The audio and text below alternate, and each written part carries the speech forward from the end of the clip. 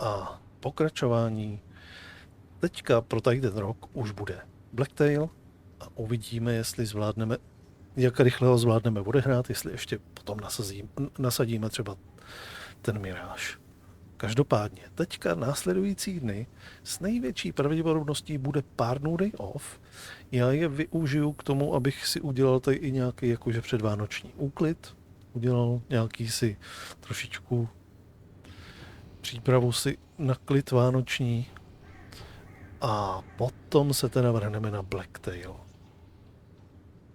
Uvidím. Jak dlouho to zabere?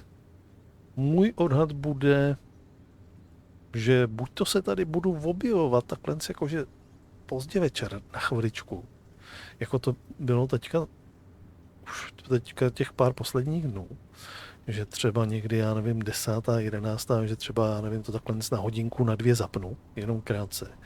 A nebo to prostě bude úplně jakože o day offech. Já si zařídím všechno, co potřebuju, a potom bych se vrátil třeba někdy koncem týdne, už zase v nějakých normálních časech, a začali bychom tak nějak kolem té 8 plus minus hodina dopředu, hodinu dozadu, aby jsme dělali trošičku delší streamy a už potom jeli i přes Vánoce až do konce roku. Ale to uvidím, jak to půjde. Každopádně pro to všechno.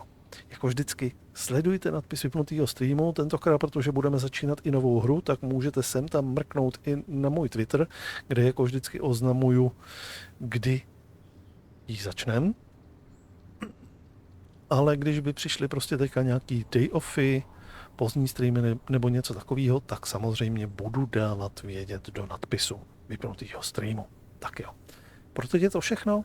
Vy všichni, co jste sem chodili na mě koukat, i na SnowRunnera, případně i na YouTube na mě koukáte na SnowRunnera, tak se spolu, nebo budu rád, když se uvidíme i u ostatních her, ale u SnowRunnera se uvidíme až někdy v průběhu příštího roku s největší pravděpodobností.